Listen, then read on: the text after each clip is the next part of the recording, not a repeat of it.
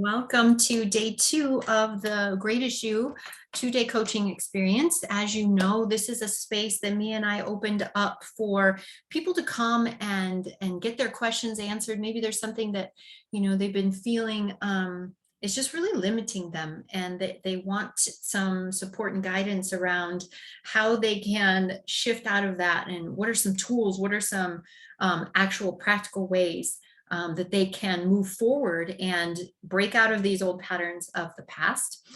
We also decided, because in this space, if we have 3-4 questions in to address in a short amount of time, maybe people are going to walk away and they're going to get some insight and some ideas about how they can break through. But we also wanted to dive a little bit deeper with anybody who's interested in exploring, what does the greatest me look like, and what are my blocks, how do I get there. So I'm going to put in the chat the calendar that we're using to that we've opened up to let people schedule that call. It's just thegreatestyoucalendar.com, and that's where you can go get your free accelerated call with us to dive a little deeper. Maybe not, you didn't have any particular questions that you brought to us, but you want to explore that. You want to understand a little bit better. Here's my situation. Here's my circumstances.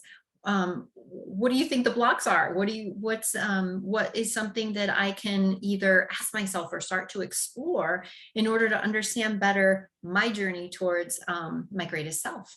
So we are offering that for the next week. If you can get on the schedule during the next week, then we will be so happy to support and guide you. But today we have some beautiful people here, some people tuning in live on the Facebook, and some people who submitted questions. So I'm going to go ahead and let me just mention too, poor sweet beautiful Mia is not feeling well today, so I gave her the day off. Absolutely, you do what we tell people to do all the time, which is respect their bodies, respect their needs, and don't push yourself into places that where you need a little bit of self-love and compassion. And so she is doing exactly what she should be doing, which is taking care of herself, and she will be back into action very, very soon. So let's get started with, I have 3 questions here, and then I'd love to open it up to our live people and see if there's anything else that we want to address and talk about. The first question is, dear Mia and Lori, I find myself noticing that I'm living in some of the time in my old thoughts and some of the time in my new thoughts. Is that normal? And how do I stop the old thoughts from continuing to come back time and time again? This is first of all, such a common question, right? Because this is exactly what the process looks like. It's exactly what it's supposed to look like. So I just want to explain kind of very generally and kind of just give you a summary of what's happening in our brains as we decide, take a stand against the thoughts that we recognize are not serving us. Okay, so here's what's happening. If you think about, you've heard the phrase, thoughts that fire together, wire together, right? You've heard that a billion times, and I'm sure you have a good sense of what it means, but it's really just explaining how our brains work, right? We have a thought, and that thought lays down a neural pathway, right? A single wire, you can think of it. And then over time, every time we think that thought again, we add a wire to that. And pretty soon it becomes this really thick cable. And messages, just like, in the real world, when we have really strong, thick cables, messages travel down that so fast and easy. In fact, it's really hard to stop it. I also talk about this, and I say, the thoughts that you've thought so many times, those pathways become like a really steep, smooth, paved road, and you're standing at the top of that road, that steep hill, right? And you've got your roller skates on, and it takes almost no effort at all to go flying down that hill. And in fact, it's very hard to stop yourself. That's the thoughts that have been thought so many times. Okay. That's a normal, beautiful process. That's your efficiency seeking brain doing exactly what it's supposed to. And so there's nothing wrong with that. But when it's thoughts that don't serve us, right? Thoughts about, oh, I should be this way, right? And I'm not. And so that feels awful, which ties into a couple of the other questions that we had today. So just understand, like, the old programs, the old thoughts that you've thought so many times are this big, thick cable or this smooth downhill route that is so easy to take, right? And that's fine. I'm not saying any of that to discourage you or to say, oh, the task of thinking something new is so hard. Not at all. I just want you to understand what's happening up here in your brain. And the way that we switch out of that, the way that we choose and start to operate as our greatest self, is to choose the thinking that's in alignment with our greatest self. Okay. So once we kind of get a sense, and this person has a sense of the thoughts that they want to think instead, they've gotten in connection with their greatest self, and their greatest self has told them, this is that old thinking. I don't like the results. I don't like what that's getting me. I want to choose something new. And this person is in the space where sometimes they're able to choose that and think the new thoughts, but a lot of the time they're still going down that hill with their roller skates on. And so what we need to do in order to start thinking consistently our new thoughts is build a new neural pathway, right? And if the old pathway that we've already, gone down so many times is a smooth downhill, road, then our new path is actually more like a jungle path that hasn't been carved yet, right? And in order to create the new neurological pathways, we have to carve out this path through the jungle. And so at first it takes some effort, right? It takes effort to clear away. We're cutting down branches, we're removing things and creating a space for us to walk through. And that's why it feels like it takes a lot of time and attention in the beginning. But what happens is pretty soon, we're clearing that path little by little. Every time we think that thought, we're tearing down branches and removing the bushes and the other things, and creating and making a space for ourselves. And as we take that path, this path over here starts to grow grass. It starts to get, maybe a little less steep. It's not as smooth. And so there are some times when we're standing there with our roller skates on, but we look over and we see, oh yeah, there's this new path over here too. There's a pathway. I didn't see that before. Isn't that interesting? And we get to choose from time to time, right? This new path. And in the beginning, it does take some effort, right? And it also, and I'll just mention, because I'm always coming back to the nervous system, because it's such an important part of transformational work, to forming new pathways, to feeling safe to think new thoughts, right? If your nervous system is really activated, you're feeling kind of fight or flight, like you're being chased by tigers, or you're just feeling completely overwhelmed and shut down, then it's much harder to do something new, to think these new thoughts. So always keeping that in the back of your mind, that a strong, healthy foundation of a nervous system that is in calm aliveness, as opposed to fight or flight or survival, is an important part of this, being able to think new thoughts. So more and more you see how this is just a process. So of course you're going to be in that space where you're still thinking the old thoughts. A lot of people think, now I know better. Now I have my new thought. I'm doing something wrong if I continue to have my old thoughts. Or when is this going to end? And there's so much resistance around, oh no, I'm thinking the old thoughts. This is bad. And I'm not making progress. All of those things are just judgment around the journey. It is resistance to what's happening. And instead, if we could just kind of surrender in that space and just notice, oh, this is the old thought. I'm having this experience because this neurological pathway is strong. But at any point, I can kind of step off that old path and connect in some way to my new thinking, even if that is, I trust that pretty soon, because I'm working on it and seeing progress, that I'm going to be able to take my new jungle path more and more and more. And then, when you're in a space where you're able to embrace the new thought, even if it's not in that moment, but through your morning practice, through your affirmations, really anchoring in that new thought and building that pathway even before you need it.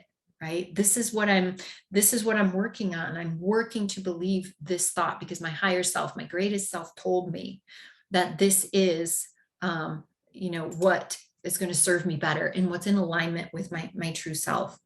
And so, dear sweet Jamie, who's noticing that you're in that space of sometimes going down the smooth old pathway, and sometimes being able to go through your jungle path, celebrate the fact that you are now in that space. That is such an important, powerful space to be in.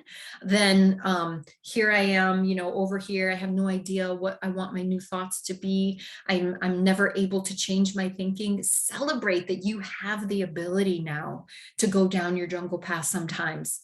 And the more you feel into that energy, that excitement, that joy around how much progress you've made and how much power you have, the more you're going to be able to go down that path, because that emotional energy that's tied to seeing your progress and appreciating your power and your brilliance, that's what's going to allow you to go down that path more and more and more. So I congratulate you that you are in this space. And I encourage you not to judge it, not to be in such a hurry, right? But to feed the thoughts of the jungle path, right? And start to let it become easier and easier to go down it. And that could be things like, very practical things. You definitely, do what feels right to you. But things that I do personally and recommend to people are talking about my jungle path, right? I have affirmations that support my jungle path. I will read books and look for quotes and post things that I can see and really connect to my jungle path as much as possible when I'm in that space of creating it. And also keep in mind, like, you won't always have to put so much energy in the jungle path, right? It's going to turn around. You're going to have a tipping point where you recognize one day, it's like, wow, I used to spend 100% of my time going down that old path in my roller skates. And now it's 50-50. And now it's 75 jungle path, 25 and old path. And so that gets really exciting when you recognize that. If you're in resistance, like, oh no, I still thought that, I thought I was done with that. And here it is again. I guess I'll never get rid of it. I guess, I'm not meant to think new things. If that's where your energy is going, that's what you're going to experience. So celebrate yourself and know that the same work that you've been doing to create your jungle path, to get in touch with the thoughts that you want to think instead and get in touch with your jungle path, that same work is going to keep giving you progress. Do not be discouraged by the fact that you're in that space. Celebrate that space and knowing that is just part of the journey and how we progress.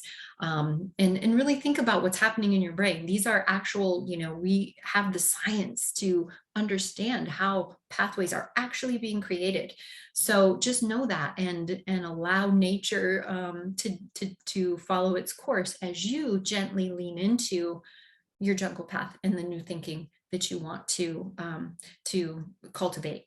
Okay, so thank you for that question. I think it's something that is so pertinent to everyone, right? And I see it in myself all the time. So I thank you for that question. The next two questions that we got are both based on self-worth and the feeling of not being good enough. And I'm so glad that you guys took the time to send these questions in. And I'm going to combine these questions and just talk about them and talk about self-worth kind of generally. And then, and I think that will very much serve the both of you who wrote this in, and it's going to serve everybody, because who doesn't have a little piece of, living in the world that we live in, who doesn't have a little piece of, kind of questioning self-worth, or just needing that reaffirmation that, who we are and our worth as beautiful divine souls, right? So one of the questions is, basically, I base my worth on what I do for people. Okay. And with respect to that one, I'll talk about them a little bit individually, and then kind of a more basic question for all of our self-worth questions and thoughts. But this is one that's a little bit tricky. Sometimes people will say, I put my worth on my success, how much money I make, the kind of car I drive, the body that I have, my kindness, and all of these things. And when we talk about my worth is based on what I do for others, this one is a little bit tricky because we see evidence of that, right? When we were little kids, and we did something good, or we cleaned our room, or whatever it was, we were so applauded, right? We were given that positive reinforcement. When we did well in school, we were given that positive reinforcement. Literally all day long, every day, we are getting some kind of reinforcement that says, when you do something for me, right, or something good, you have value. Now, conversely, all day long, from the time we were little, we were getting the opposite kind of feedback. If we didn't make our bed, we were told we were lazy, or if we got a poor grade on a test, or fell asleep in class, or whatever it was, we were told, that's not good. You're not being a good student. And so it's very, very easy to see how we develop the belief that my worth is based on what I do. And this kind of ties into the next question, which was, I constantly struggle with thoughts that I'm not good enough. And really, both of these questions come down to the recognition that your worth is here, right? And your worth stems from the fact that you are breathing, the fact that your heart is beating right now. That's your worth.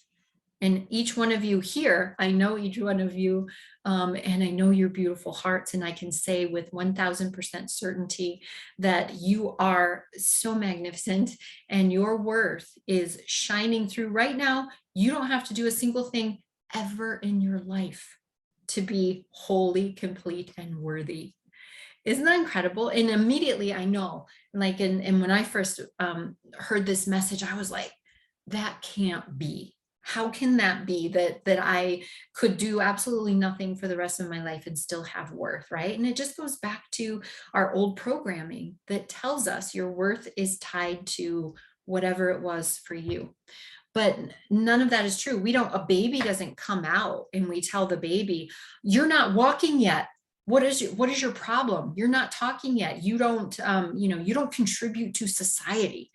What is your problem here? We honor that child, the soul and the beautiful divinity that is within that child, without any expectation. And really, that's how we can take that concept and that idea forward into our lives and recognize we're still that sweet baby, right? That is still us. And our worth is still resting on the fact that, our hearts are beating, and that's truly all we need to do to be worthy. And that's not to say, it's beautiful to do things for people. Most of us really enjoy that. That's something that feeds us. But when we put our worth on it, right? So it's not just something that feels good to do as an expression of my kindness and my compassion and my love for others. But when we take it too far and tie it to our worth, then it becomes, instead of a gift, it becomes more like a sword, right? And we're doing it in ways that sometimes are in direct conflict to ourselves, right? And it loses its sweetness, or the pleasant, the fulfillment that we get from taking care and providing for other people. And so if we can come back to, we are absolutely good enough. We are absolutely good enough today in whatever body we have, in whatever job we do, whether we are living paycheck to paycheck or living in complete abundance, whether we have a partner in our life or we don't, whether we're serving people day in and day out or we're not. None of that is a reflection and a measure of your worth. And the more that we can tie into that and remember that, the more our life is going to be a reflection of who we truly are. So when we struggle with our self-worth, we have things like weak boundaries, right? People pleasing, toxic relationships, or no relationship where we really just hold ourselves off from having connection and intimacy because we're not worth it, or because we're afraid of what that people are going to see that we're going to have to be confronted with our unworthiness through our relationship with someone. We have fear of abandonment. We're often seeking external approval. And then if we're not getting it, then we feel bad about ourselves. Perfectionism, right? Because if I'm perfect, then I'm worthy. If I do everything that I'm supposed to, then I can feel okay about myself. And that happens once in a while, where I might have that flash like, oh, I did a really good job. Whew, I'm okay right now. I'm safe for a second. I've proven my worth. And of course that lasts 3 to 5 minutes or whatever it lasts for us. It's just very tenuous, and it's never something that feels very solid under our feet. And so when we're talking about, really wanting to recognize our worth and that we are absolutely good enough, we know that what flows from that, right? If that is our true belief and our core belief about ourselves, and we can take that forward and we live our lives knowing that we are already enough, then, a lot of the blocks that we experience, our thinking is much different when we're already enough. The way we're feeling, our emotions are much different when we know that we're already enough. And this comes up, I do a lot of work with beautiful women who, have challenges with food and maybe, have done some binge eating, overeating, emotional eating, those kinds of things. And it's always amazing as we see this very principle that I'm talking about right now play out in their food journeys, when they realize that they are whole and worthy and so wonderful, and they never have to do a single thing. They don't have to lose a single pound in order to be whole and worthy and complete.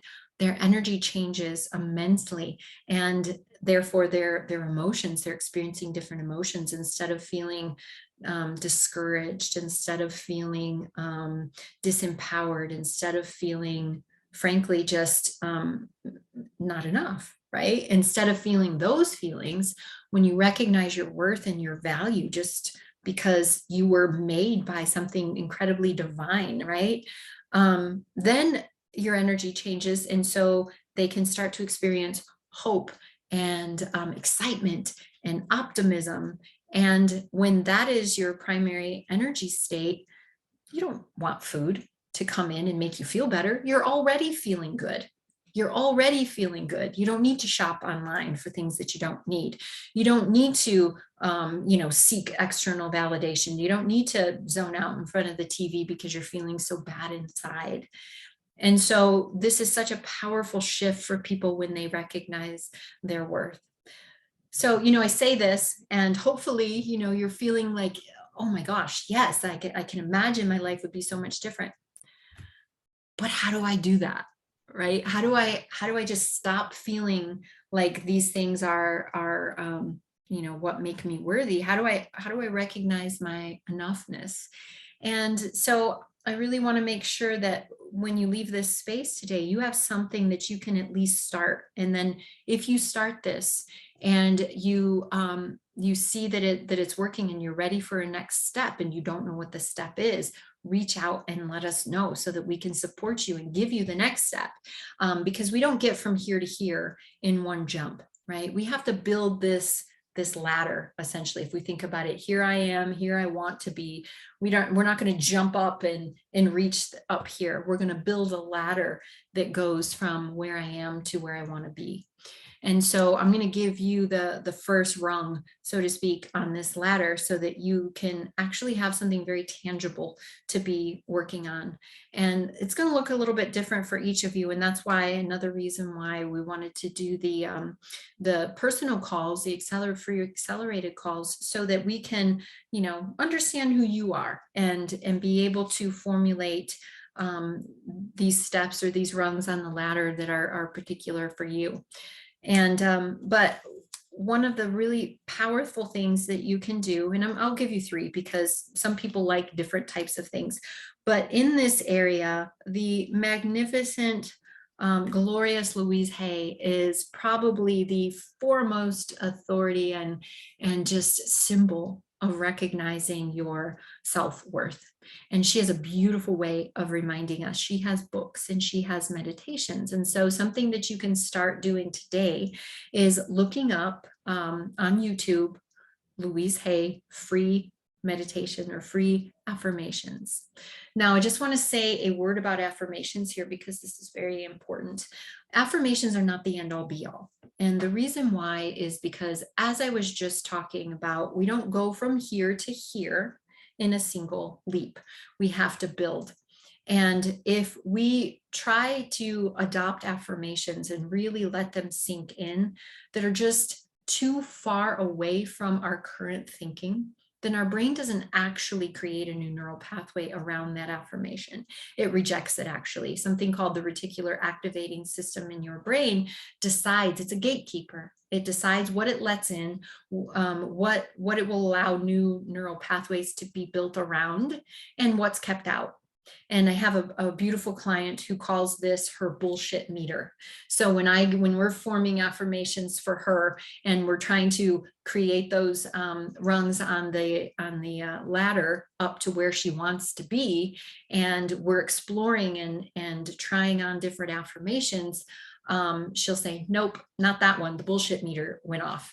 And so we bring it down and we try to find something that feels a little bit better. So I just want to kind of preface the Louise Hay affirmations. If you're feeling a lot of resistance to them, some people can get in them because she's soft and gentle and they work great. If you're feeling like there's a lot of resistance around what you're hearing, you know, she's telling you, you are whole, complete, and worthy, and you're beautiful, and all of these things. And if your bullshit meter is going off, that's okay. Don't worry about that, but notice it. And then I want you to sit down, write down 3 or 4, maybe up to 10 of the affirmations she gives you. Okay.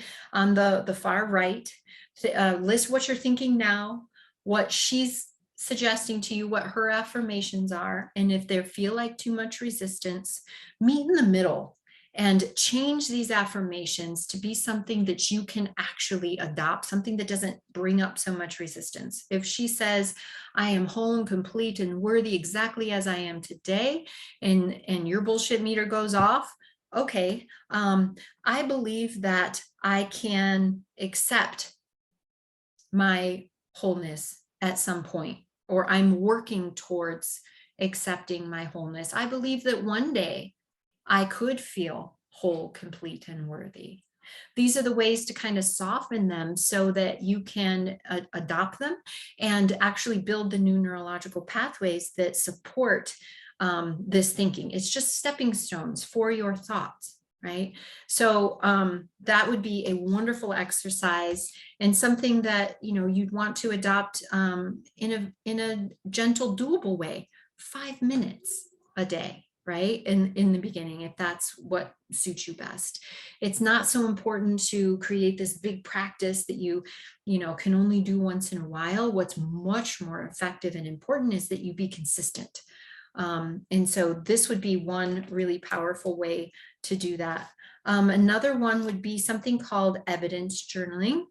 And that could basically, evidence journaling is just, hey, here is the thought that I want to think, right? And then you're always going to see the evidence out in the world that's consistent with your core belief. So if you currently believe that my worth is based on what I do, then you're going to notice all the ways, oh, my partner said thank you, or asked me to do this, or expressed some dissatisfaction when I didn't do something that they thought I should do. Yep, evidence for my worth being tied to what I do. Yep, there it is again. There it is again. I didn't sign up for my kids' conference, or I didn't, or I burned dinner or whatever, and everyone had a sour look on their face. Yep, there's the evidence. There's the evidence. And so we're only seeing evidence that proves this old pattern to be true. So when we use evidence journaling as a tool to help us, what we do instead is look for all the evidence where not only ourselves, but other people in our lives are worthy, completely without regard to what they do. So your child or your partner is on the couch and they're watching something, and they have this cute little giggle because they're happy that, and that something sparked their joy, and you look at them and you feel that joy and you recognize, oh, that's evidence right there that our worth is not based on what we do. Our worth comes from the expression of who we are. And I see that, and I'm going to write it down. And then for yourself, where someone, the evidence, Lori said so. We had this whole conversation. Listen to this recording again and think about all the ways that you are worthy without regard to the things that you do, or your success, or whatever it is that your story is. Find the evidence that what you want to believe is true. Okay, so that's a second thing that you can do. And the third thing is, really understanding in a limiting, this is just a limiting belief, right? My worth is based on what I do. It is absolutely a limiting belief. And we have many, many of them that were formed during that very important part of childhood when our brains were super open to making sense of the world and who we needed to be in order to fit best into the world. And so recognizing that this is a limiting belief. And we have many processes, Mia and I, for working with limiting beliefs and helping really dive in and shatter them. But the one that I would offer you today is very simple, and you can just write this down, but it's starting by recognizing, how did I form this belief? What were some of the experiences that I had that made me believe this? And this is not to dig stuff up. It's not to blame any situation or a person because it contributed to this belief.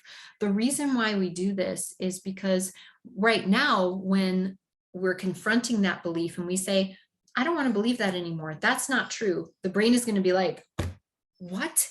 This is keeping me safe. I have to believe this in order to be okay in my life. And so there's going to be so much resistance to the idea that it's not true.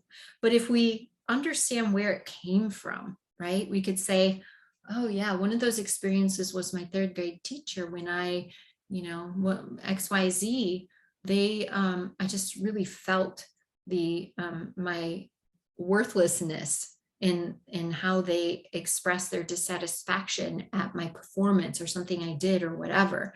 And then you can ask yourself, right, when you have these experiences, you can ask yourself, do I want my third grade teacher deciding the rest of my life and my experiences?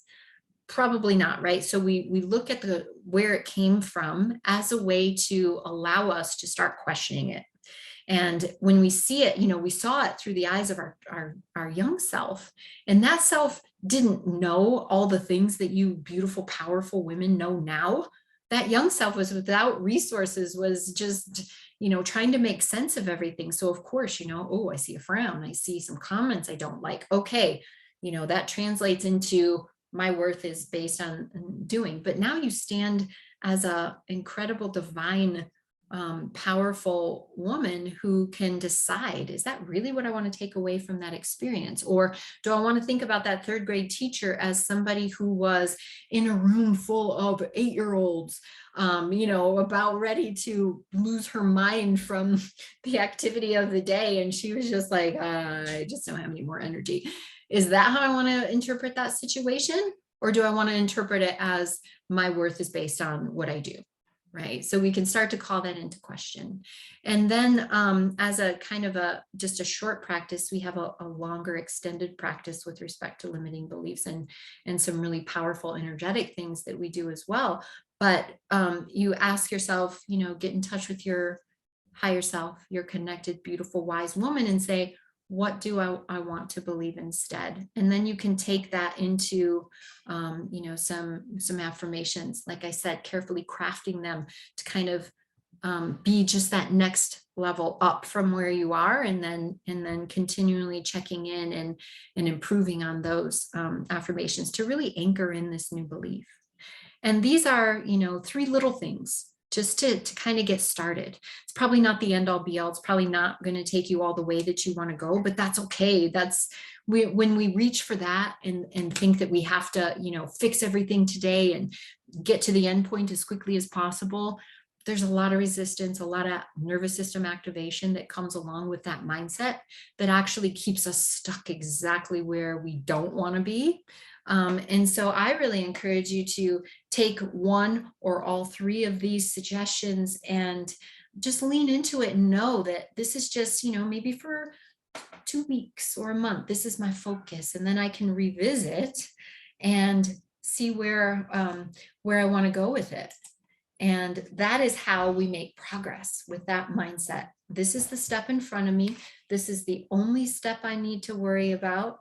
And when I really sink into that and allow myself to accept that, and whatever experience is going to come out of taking that step and not feeling the need to, achieve all of my goals, stop thinking that thought, and, stop operating from those limiting beliefs right now today. And if I don't, then I'm failing in some way, right? Those are the kinds of things that really will, in fact, keep us stuck. So these are three suggestions that would really be helpful for any limiting belief. It doesn't have to be, this one that we're talking about today, my worth is based on what I do. It can be for any one of them. And I'll also just mention and be on the lookout. We're doing a half-day limiting belief retreat so that we can dive into this area with more background, with more understanding, and also, like I was mentioning, some of the more powerful processes for breaking limiting beliefs and not letting them run your life anymore, right? When we operate from limiting beliefs, it's kind of like we're in the world having the experiences as our 3-year-old self, our 5-year-old self, our 13-year-old self, whatever it was, instead of these incredibly powerful, divine women that we are today with all of these resources. And so it can be some of the most powerful work that you can do when you're operating from limiting beliefs.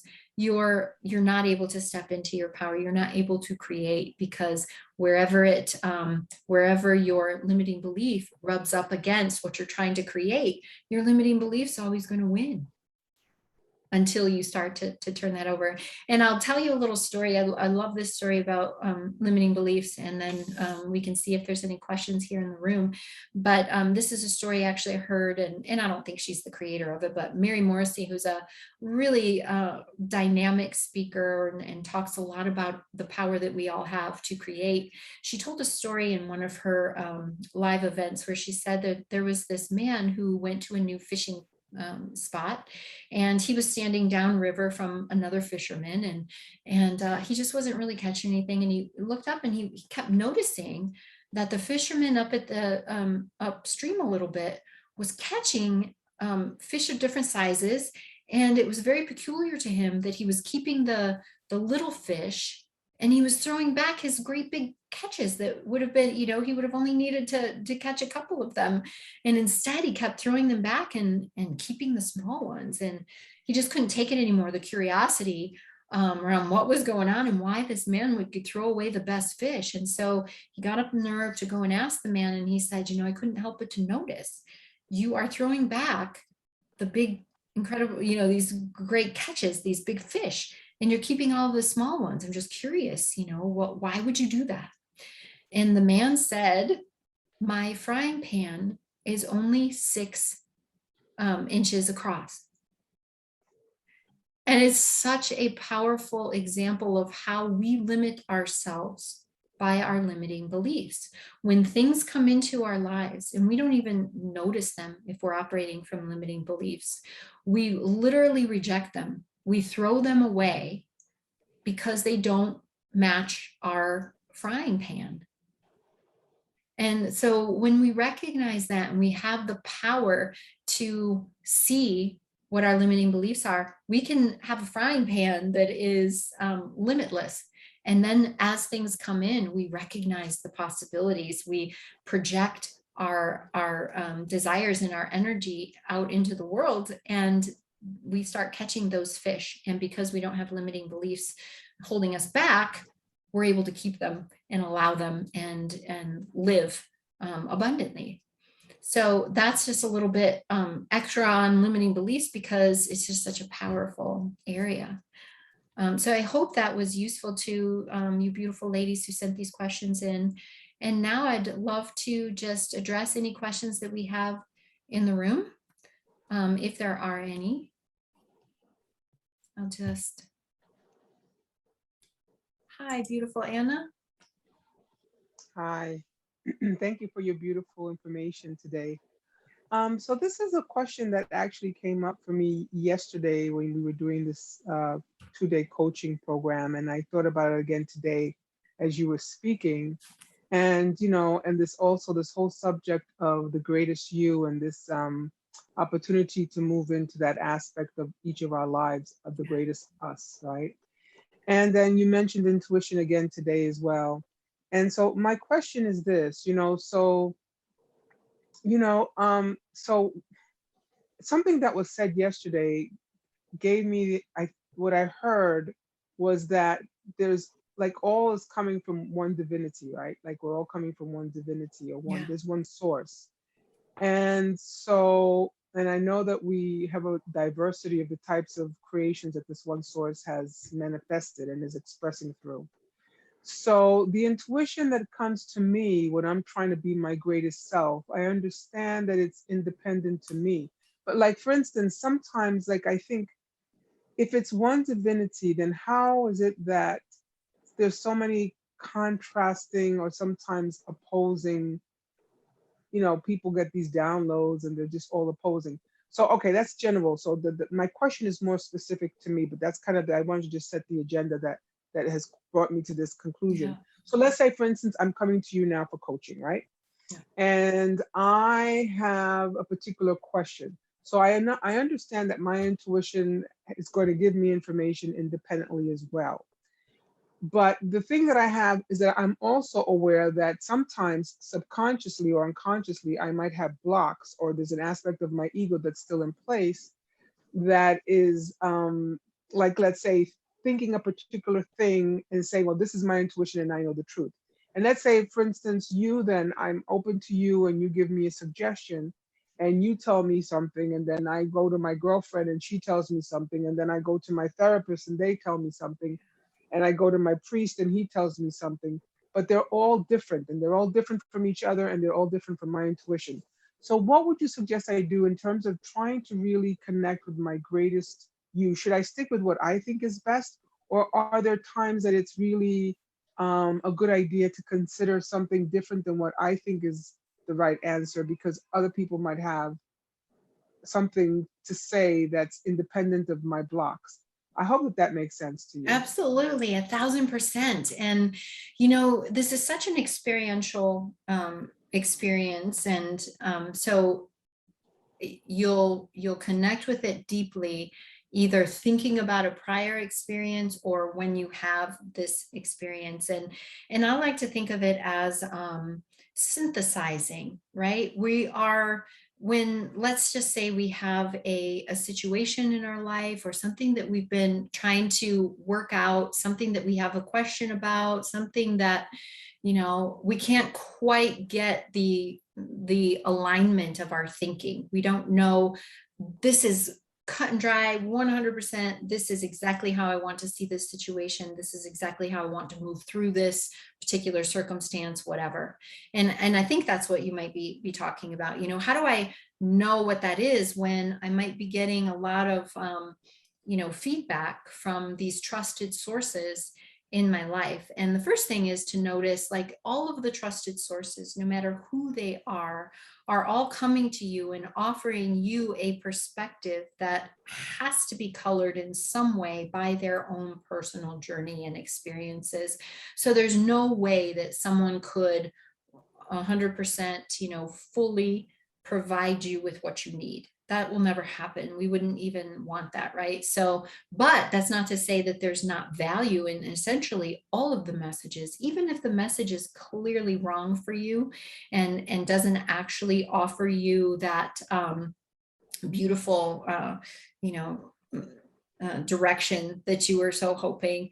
But to know, like, it all has value because our higher self can synthesize all of these things, and sometimes we have parts of ourselves, right, that feel, well, a part of me wants to stay in this relationship because I really care about this person, but a part of me feels like my needs aren't getting met, and so why would I stay in a relationship where my needs aren't met? And or over here with this job, like, part of me feels like I should really stay in this secure position because I don't know what's going to happen, and another part of me says, but I want to feel excited about the job I do every day, or whatever it is, right?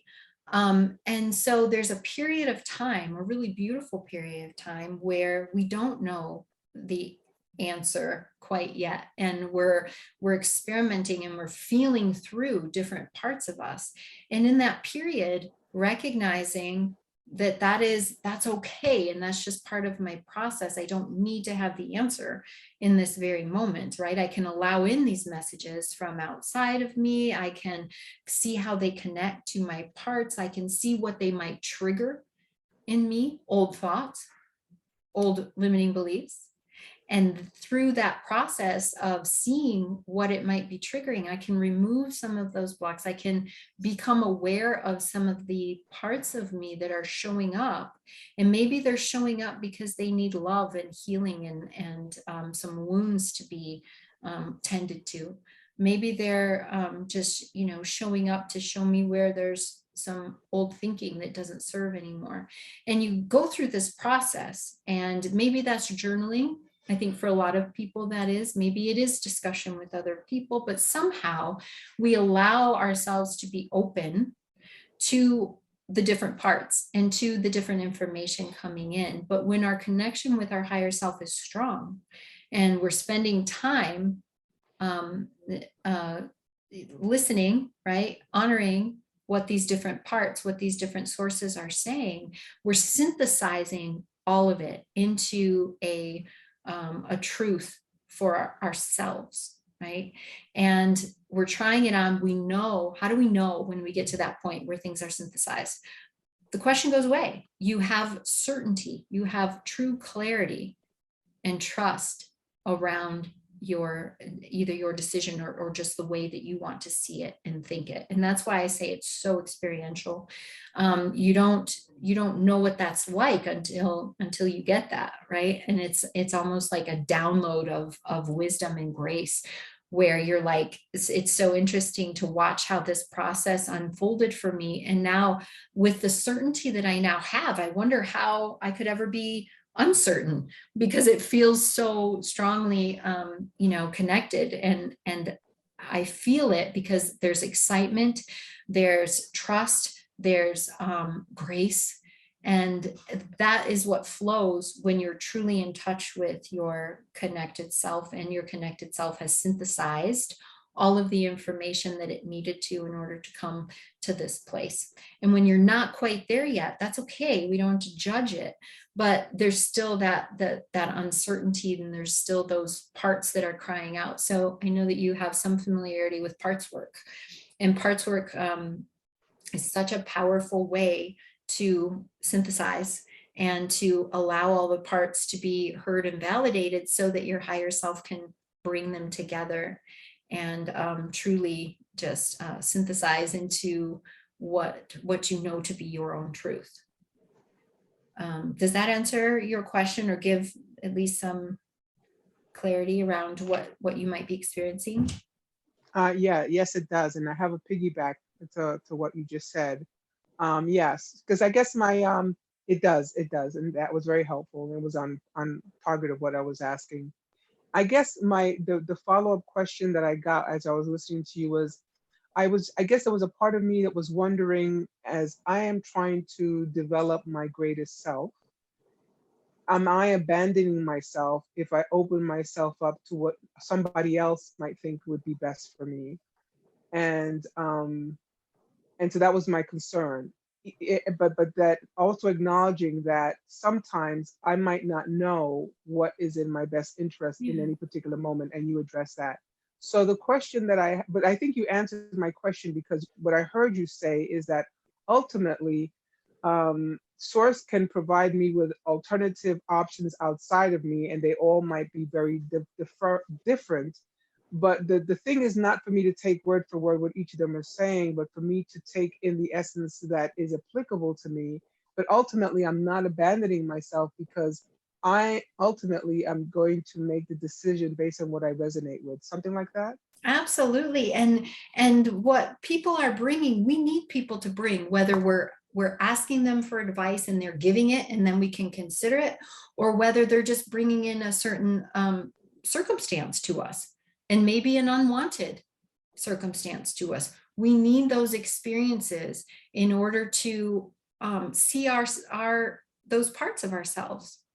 If they're giving us advice, that's going to connect us to a part of ourselves, and we can look at that part and see how that part fits into our bigger place. If that part is saying, wow, that triggered for me my fear of abandonment, that triggered for me my fear of not being successful, of not being able to take care of myself, not making enough money, not whatever, it doesn't matter what the message is. But if it's bringing up a part of me, then I can say to that advice or to that experience, thank you for opening me up to see that a part of me is still operating from that old belief, from a wound, from whatever.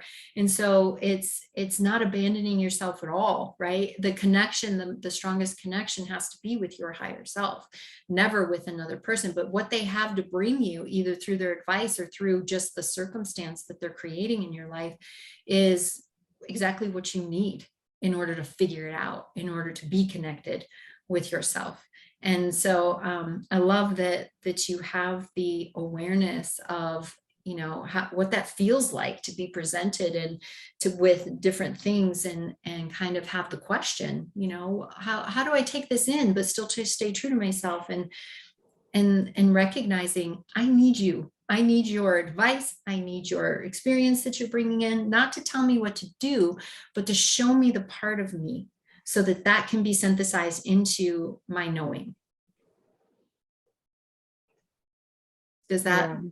Yeah, absolutely. And then just to wrap it up with this comment. So my conclusion that I'm coming to based on my question and your answers, Yeah. is that, well, that's the reason that I would come to, let's say, a coach like yourself and Mia, or that would be the reason that I would come and I would sign up for your Greatest Academy program.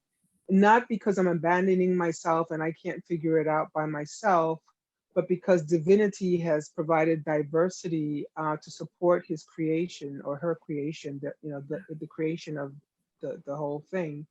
And so that, like yourself and Mia and the academy that you both are running now, is there to offer opportunities of expansion of my own exploration.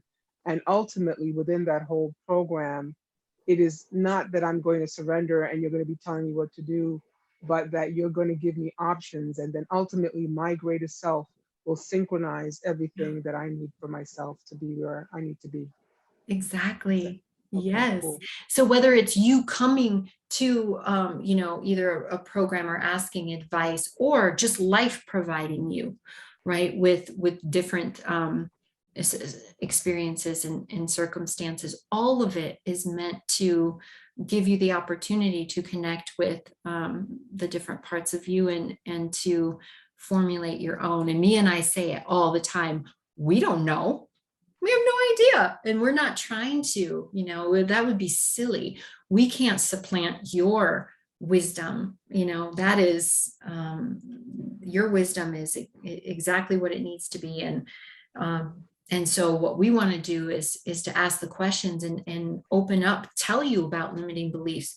Here's what they look like sometimes. Do any of these resonate with you? Do you feel like you're operating from those? Not you're operating from these. Here's what you need to do. You know, it's very much an invitation to explore what is already inside you. So I think that, you know, that's in my mind, at least, and this is certainly opinion in my mind, that's the most helpful approach for people who are wanting to support and guide other people, is never, you know, telling them I have your answer, right? Because that would, in my mind, that would be silly.